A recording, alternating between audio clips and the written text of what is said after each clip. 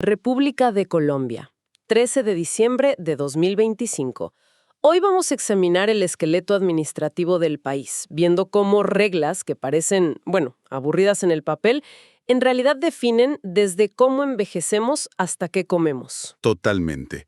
Vamos a ver una nueva política que busca una vejez más digna. Pero también cómo se pretende acabar con esas listas de espera interminables para una cita médica. Y también la historia de cómo una comunidad le torció el brazo al sistema para bajar el precio de un peaje. Exacto. Y nos sumergiremos en el mundo de las bebidas, desde un ancestral del Pacífico que entra a la economía formal. Hasta un whisky con un precio que es, simplemente absurdo. Y cerraremos con esas barreras casi invisibles que protegen cada pimentón que llega a nuestra mesa. Empecemos con algo que, tarde o temprano, nos va a tocar a todos: envejecer. Hay una nueva resolución del Ministerio de Salud, la 002589. Sí, sobre un plan para la década de envejecimiento saludable. Suena bien, pero en la práctica, ¿qué significa? Significa que se está tratando de poner el dinero donde están las prioridades. Y ojo, esto no es una idea aislada. Ah, no, ¿de dónde viene? Se enmarca en directrices de la ONU, de la OEA y en la propia Constitución. La idea es simple en el fondo. A ver. Usar los recursos del Estado para garantizar que la vejez sea digna, saludable y autónoma. El plan busca ir más allá del simple asistencialismo. Leí en los documentos que mencionan un dato de la OMS que me llamó la atención. ¿El de salud mental? Ese mismo, que el 14% de los mayores de 60 años sufren de algún trastorno mental, sobre todo depresión y ansiedad. Imagino que esta política apunta directamente a eso. Totalmente.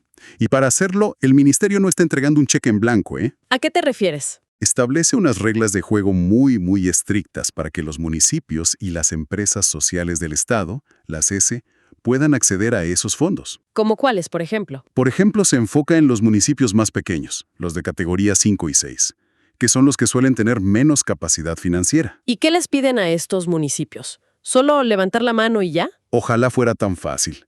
Deben demostrar que ya tienen un compromiso. Ajá. Tienen que haber adoptado un impuesto local, la estampilla para el bienestar del adulto mayor, y tener funcionando al menos un centro de día o de bienestar para personas mayores. Entiendo. Pero lo verdaderamente crucial es cómo se prioriza a quién se le da la plata.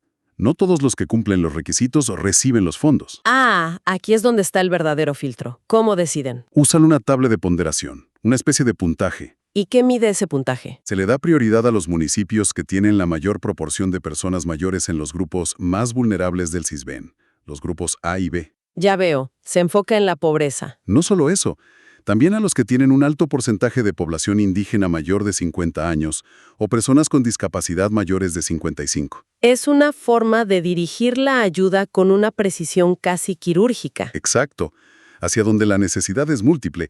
No solo es ser mayor y pobre, o mayor y pertenecer a una minoría, o mayor y tener una discapacidad. Dirigido a la equidad, sí.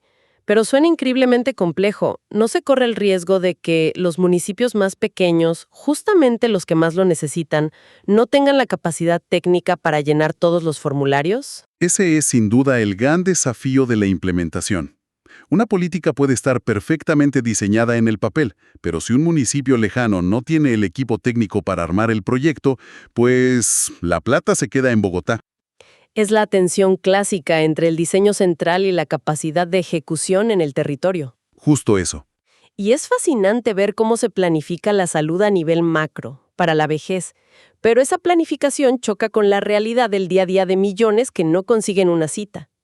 Y parece que el ministerio también está intentando arreglar eso, ¿no? Sí, y es una respuesta a una presión que viene de muy arriba, de la Corte Constitucional. Una orden judicial. Así es.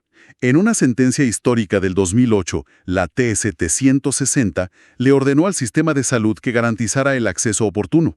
Lo que vemos ahora con la circular 000038 es en esencia el gobierno intentando cumplir esa orden casi 2 décadas después. Y las metas son claras. Menos de 3 días para medicina general, menos de 15 para medicina interna. Suena increíble en el papel. Suena muy bien. Pero la pregunta del millón es, ¿cómo van a lograrlo? ¿Hay alguna sanción para la EPS que no cumpla? ¿O es solo una declaración de buenas intenciones? Esa es la clave. La circular, en esta primera fase, establece las metas, los tiempos de desempeño. ¿Y después? El siguiente paso, que aún no está del todo claro, es cómo la Superintendencia de Salud va a vigilar esto y, más importante, qué consecuencias habrá para quienes incumplan. Claro, porque sin un sistema de monitoreo y sanción real, Se corre el riesgo de que estos plazos se conviertan en simple papel mojado. bueno, pasamos de la frustración individual de no conseguir una cita a la acción colectiva que sí logra resultados. Hay una historia fascinante en Santander con el peaje de Lebrija. Este caso es un manual de instrucciones de cómo la ciudadanía organizada puede incidir en decisiones que parecen puramente técnicas y económicas. ¿Cómo empezó todo? Todo parte de actas de reuniones del año pasado, donde la comunidad le dice a las autoridades, miren, esta tarifa diferencial no nos sirve si nos obligan a pasar 15 veces al mes para obtenerla. Claro, era una condición que hacía el descuento inútil para mucha gente. Pero una cosa es quejarse en una reunión y otra muy distinta es que el Ministerio de Transporte te haga caso. ¿Qué hicieron diferente? No se quedaron en la queja. La Personería Municipal, que es la representante de la comunidad, recogió esas peticiones y las formalizó. ¿Cómo? A través de derechos de petición. Se crearon mesas de diálogo, insistieron, documentaron todo, convirtieron un reclamo popular en un expediente administrativo. Y el resultado es concreto. La tarifa diferencial para los residentes y trabajadores de Lebrija baja de ser la mitad de la tarifa plena a ser solo el 30%. En dinero, para un carro particular es un cambio enorme. A ver los números. Es pasar de pagar 5,400 pesos a pagar 3,300. Es un cambio que se siente directamente en el bolsillo. Totalmente. Y lo interesante es ver la justificación legal que usa el ministerio en la resolución final. ¿Qué dicen? Hablan de equidad fiscal. Reconocen que, si bien los peajes son necesarios para financiar las vías, no pueden convertirse en una barrera que ahogue la economía local. O sea que lograron demostrar que su petición era razonable. Y financieramente viable para el proyecto vial. Es un modelo, ¿no? Nos muestra que la clave no fue solo protestar, sino usar las herramientas del sistema. Las actas, los derechos de petición, el diálogo. La persistencia se convirtió en un procedimiento administrativo que terminó en una victoria. Es la anatomía de una pequeña gran victoria ciudadana. Exacto. Acabamos de ver el poder de la comunidad para cambiar una regla económica. Ahora vamos a ver cómo el Estado usa sus propias reglas para hacer algo muy distinto, darle un lugar oficial en la economía a una tradición cultural ancestral. ¿Te refieres al biche? Me refiero al biche. Este es un paso importantísimo. Hace unos años, una ley reconoció el biche, esta bebida destilada de caña de azúcar del Pacífico, como patrimonio colectivo de las comunidades negras. Un acto de justicia cultural, sin duda. Totalmente. Pero una cosa es el reconocimiento simbólico y otra es poder venderlo en un supermercado de Bogotá legalmente. Y ahí es donde entra el DANE, el Departamento Administrativo Nacional de Estadística, con la resolución 1816. ¿Qué es lo que hace exactamente? Lo que hace es certificar el precio de venta al público de las diferentes marcas de biche que ya tienen registro sanitario del INVIMA. O sea, le pone un precio oficial. Un precio base sí. Por ejemplo, certifica que el biche marca Maravillero tiene un precio base de unos 15,000 pesos por botella. Al hacer esto, le da al biche una cédula de ciudadanía económica. ¿Una cédula? ¿Cómo así? Claro, crea la base sobre la cual se calculan los impuestos, como el impuesto al consumo, y permite que entre de lleno en el mercado formal. Es sacarlo de la economía informal y ponerlo en la misma estantería, legalmente hablando, que cualquier otro licor. Justo. Y hablando de otros licores, en la misma tanda de resoluciones, aparece una que certifica los precios de bebidas que entran por primera vez al país. Y aquí el contraste es brutal. Es casi cómico. En la misma página donde se formaliza una bebida artesanal de 15,000 pesos, ¿Qué nos encontramos?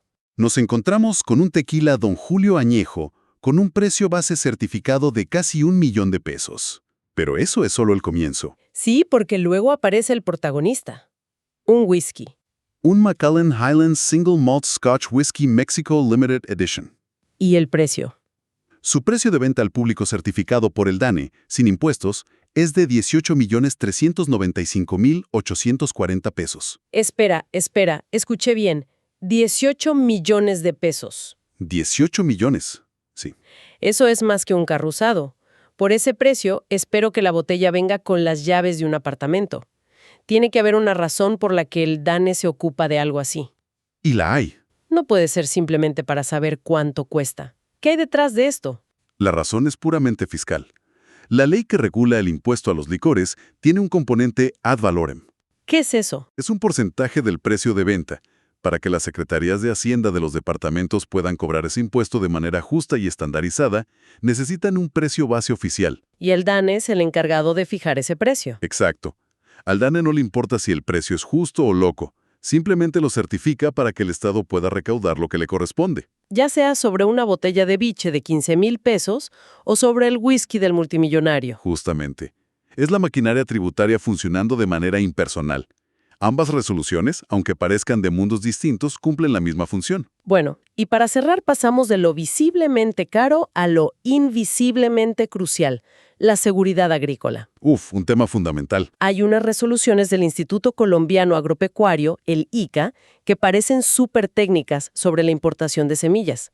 A primera vista, uno podría saltárselas. Y sería un error, porque ahí se esconde una de las funciones más vitales del Estado: proteger nuestra capacidad de producir alimentos. A ver, cuéntame. Tomemos el ejemplo de una resolución, la 000-33082, que fija los requisitos para traer semillas de pimentón desde la India. Parece algo menor, pero las exigencias son de un nivel de detalle asombroso. ¿Qué tan detallado? No basta con un certificado que diga, estas semillas están sanas. El certificado fitosanitario que emite la autoridad de la India debe incluir una declaración adicional, casi un juramento científico. ¿Un juramento? Sí, tiene que asegurar que las plantas de donde salieron esas semillas fueron sometidas a pruebas de laboratorio y dieron negativo para una lista específica de bacterias, hongos y virus. Y hablamos de nombres complicados. Hablamos de nombres como la bacteria Pseudomonas viridiflava o el virus Tobamovirus capsici. Y la regla no se queda ahí. Hay más. Exige que los resultados originales de esas pruebas de laboratorio vengan adjuntos, físicamente, en cada envío. Cada importación es auditada a ese nivel microscópico. Es increíble. Esto significa que hay un equipo de científicos del ICA, literalmente en el aeropuerto, abriendo cajas de semillas y revisando papeles. Exactamente. Es una primera línea de defensa biológica. Y no solo revisan los papeles. Pueden tomar muestras aleatorias para verificar en sus propios laboratorios que lo que dice el papel es cierto. Entiendo la precaución. Es que un solo lote de semillas contaminado podría introducir una plaga que no existe en Colombia y que podría arrasar con hectáreas de cultivo. Nos costaría millones. Y afectaría a la comida en la mesa de todos. Por eso la burocracia en este caso es un escudo protector. Hoy hemos desarmado varias piezas de esa maquinaria invisible que es el Estado. Vimos cómo intenta planificar una vejez digna, cómo responde a la presión ciudadana. Cómo formaliza la cultura y cómo nos protege de amenazas microscópicas. Y el hilo conductor en todo esto es la creación de reglas, ¿no? Sin duda. Reglas para asignar recursos al más necesitado, para garantizar una cita médica, para que un peaje sea justo, para que una tradición pueda competir en el mercado y para que una semilla importada no traiga una catástrofe. Es el andamiaje normativo sobre el que funciona el país. Exactamente. Lo que nos deja pensando. Todas estas normativas, que pueden parecer áridas, son en realidad el campo de batalla donde se definen muchas cosas. La historia del peaje de Lebrija es una prueba de que entender estas reglas y usar los canales establecidos puede generar cambios reales. Así es. Y eso plantea una pregunta. ¿En qué otro rincón de este universo de resoluciones y decretos se esconde la clave para solucionar un problema que nos afecta a todos los días?